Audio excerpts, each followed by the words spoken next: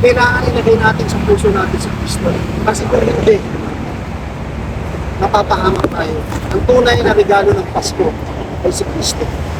Siya ang tunay na kailangan ng tao. Kasi tayo, temporary ang buhay sa lupa.